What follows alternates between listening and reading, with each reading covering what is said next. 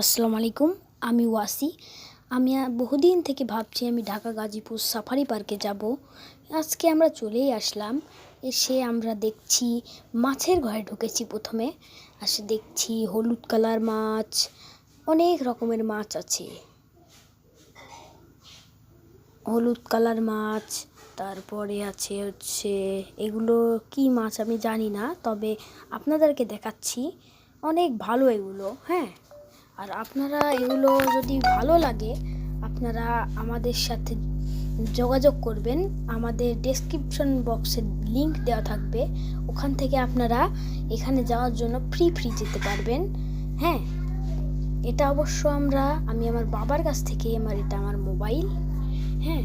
আমরা যাচ্ছি, অনেক মাছ আছে এখানে গাইস। তাও আপনারা দেখুন, আমরা একটু থামি।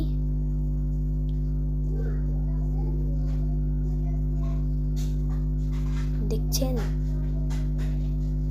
অনেক সুন্দর সুন্দর মাছ আছে।